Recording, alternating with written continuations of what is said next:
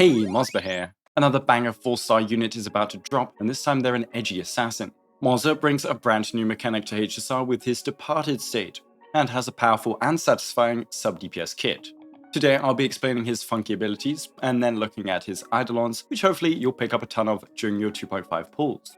Then it's on to the best builds that I calculated, as well as some team options. Remember, this is all on the Creator Experience server. Anyways, like and sub and share if this video helped, and let's begin. So Mozza is a lightning element unit that follows the hunt path and is our very first unit of this combo. He has quite a high base speed at 111, but his defensive stats are extremely low. Luckily, the dude literally disappears mid-combat, or else he'd be getting one-shot most of the time. For trace priority, I recommend leveling his talent first, then skill and ultimate, and basics can be ignored since they will not be used. Now for that kit. Mozza's skill will designate an enemy as his prey, which counts as a debuff. He will also deal damage and gain 9 points of charge. He can't use this when he's the only unit left, and all of this will make sense when we look at his talent. So now, his talent. Mozzarella will enter the Departed State when an enemy with prey exists on the field. This is from his skill. This means he literally cannot be targeted by allies or enemies, so buffs or enemy attacks. This can work for 3 major things or concepts. First, this will warp your team aggro, as you will now divide by 3 units rather than 4 to calculate hit chance. This is a nice bonus for counter DPS and Aventurine. Secondly, when using his skill and entering the Departed State, buffs that can take down will take down once. So a 1-turn Bronya skill buff will be gone, but a 2-turn Bronya ultimate buff will drop down to 1 turn. This means all of his follow-up attacks will keep these buffs up, since he won't be taking a turn, allowing powerful buff stacking.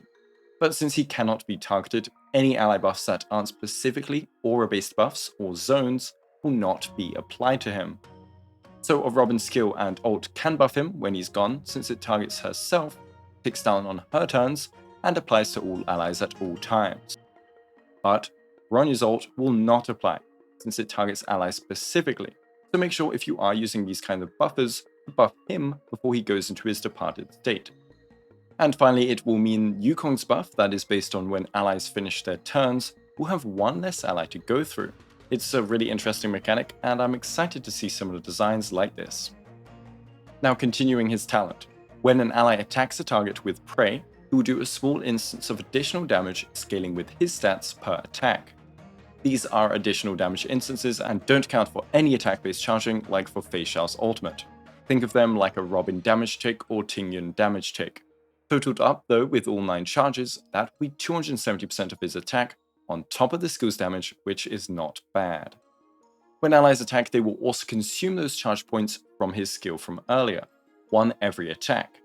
And when 3 are consumed, Mozza will launch a follow-up attack. This follow-up attack cannot consume charge points. Basically, what all this means is that he kills an enemy, applies prey, then on that enemy only, every 3 attacks from allies will let him follow up attack. And when the enemy is defeated or your charges reach 0, he will dispel the prey state and reset charges. This means weaker enemies can be killed before he even does anything, and can make him waste skill points. It also does mean that he won't be able to change his target. The target has to die, or you have to consume his 9 charges. His ultimate finally does a decent amount of damage and then launches his talent's follow-up attack. And whilst the follow-up, as indicated before, will not consume a charge, the ultimate will. So you can use this to consume a charge, perhaps proc another ally's follow-up attack, which can consume yet another charge for him. It's also the only way he can attack another target when in the Departed State, which can be helpful in niche cases. Finally, his technique stealths Mozza for 20 seconds, and he gains a 30% damage buff for 2 turns if he enters combat during it. He has to attack the enemy during stealth to do so, so you won't be using this over a high priority attacking technique like Fei Xiao's. Onto his traces, which complete his kit and really make him stand out. A2 will make his ult count as a follow-up attack, and it feels like every Xiao character these days is getting that. Then it makes the target with prey receive a 25% follow-up vulnerability modifier. It's half the power of Topaz's and not as easily changeable or consistent, but it's still powerful. It also counts as its separate debuff, so Mozza now applies 2 debuffs. A4 will give him a 30% advance at the start of every wave, even better than the usual advance limited to only the first wave. A mini Von Whack every wave is very potent and allows him to immediately apply his prey and let the main DPS and team start consuming charges. A 30% advance is roughly around a 1.43 times multiplicative buff to speed, and it means at just a bit above his base speed, he can outspeed 160 speed units with this trace alone. A4 also gives a 20% advance when he exits the departed state. So when he's finally out, he will take action very quickly, this time 1.25 times as quickly as his normal speed. And A6 finally regenerates 1 SP per talent follow-up once per turn. This makes him SP neutral in most cases, and technically a tiny bit SP positive if you ult just before his very first turn. So he's not SP positive like a March Hunt or Topaz when she's using more basics than normal. This can be important in some high SP consumption teams. For trace bonuses, he gets a very high crit damage buff at 37.3%, as well as 18% attack and 10% HP. Now onto Eidolons. If you want any of those desired reruns or Fei Xiao herself, you might get a few on your way there, and they are pretty good. E1 gives him 20 energy when entering battle, as well as 2 energy every time he does additional damage with his talent. So every charge point consumption basically. Considering his talent generates 10 energy each follow-up attack, with E1 he can now ult after only 1 follow-up attack, whereas before he had to wait till all 3 follow-up attacks were used. This lets him help with his own charge consumption and leads to more ultimates in the long run too. E2 gives a 40% crit damage buff to attacks against the prey target, so now allies get a follow-up vulnerability and a universal crit damage boost when attacking the prey. E4 gives Moza a 30% self-damage buff after using ult for 2 turns.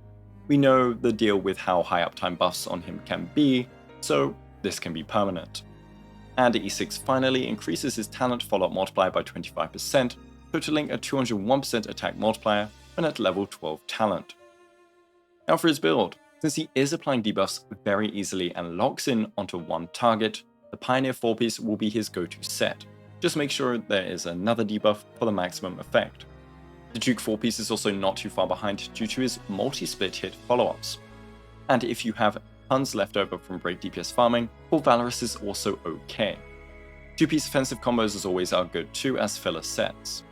For planers, just like with Fei Xiao, Duran will be his absolute best as it is designed for his follow-up attack spamming playstyle. And Izumo and Inert Sarsoto are also fine secondary options, both offering high crit rate buffs to help counterbalance his immense crit damage stats. For main stats, you will absolutely want a crit rate chest due to high crit damage saturation. Speed will not do much for Moza due to him mostly being in the departed state, and so you'll instead want attack percent boots. For his rope, you'll want attack percent too, and that means for his orb, definitely aim for a good damage percent orb as he is already stacking a ton of attack.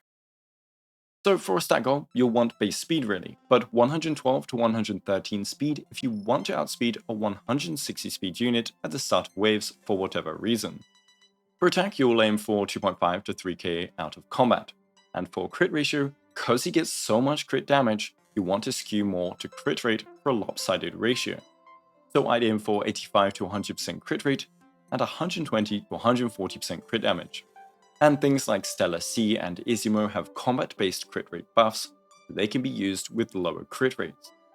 For Lycones, he can really use whatever since he is a sub DPS, just like March doesn't scale that hard on Lycones either. Anyways, if you want the best Lycone, Ratio Signature will be the best for his personal damage, as it is made for pure follow-up damage, though this cone should really be on the main follow-up carry in his teams. Topaz's signature will be a bit weaker in solo damage, but it will be the best for the team's overall damage when he is run as a sub DPS. This is because it boosts his own damage a fair amount on top of providing crit damage for the whole team.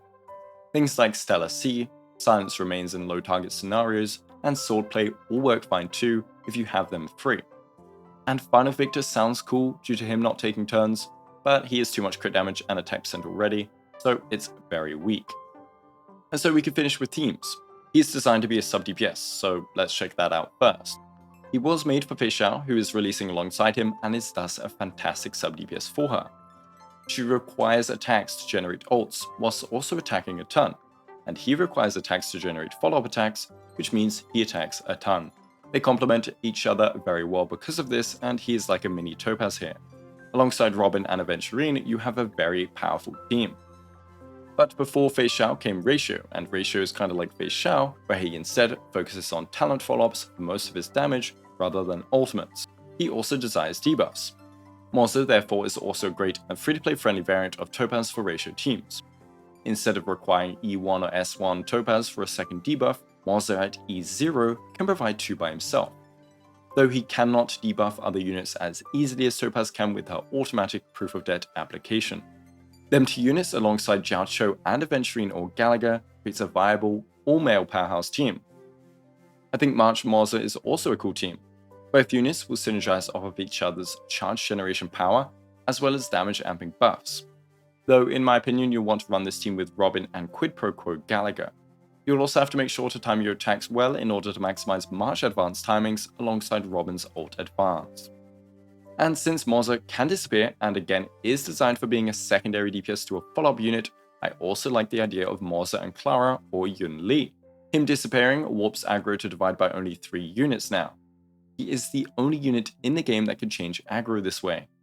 Other units can increase the numerator, some can decrease their own aggro or taunt enemies, but he is the first unit that just removes a variable. It's pretty cool. If you want to run Hypercarry Moza, I didn't really find any extraordinary combos. You probably want Robin due to her massive aura buffs, but then who do you go for next? Most Harmony units won't attack, but also can't buff him, so I think Silverwolf may be the go-to option here. I even tried the Mosquito team, but that didn't work out well either, due to Bronya not buffing him, and the team lacking as many attacks as usual. And replacing Bronya for March, as shown in my team earlier, felt much better. Moza shines when allies perform lots of attacks, but he also doesn't provide enough attacks outside of his own follow-up attacks, unlike a unit like Fei Xiao. So if you want to run Hypercarry, I would wait for a dedicated Moza main to find his best setup there. Anyways, I hope this video helped any Moza enjoyers, and if it did, make sure to like and sub and share. Let me know who you're pulling in 2.5 as well. Thanks for watching, thanks to my amazing YouTube members, and have a good day.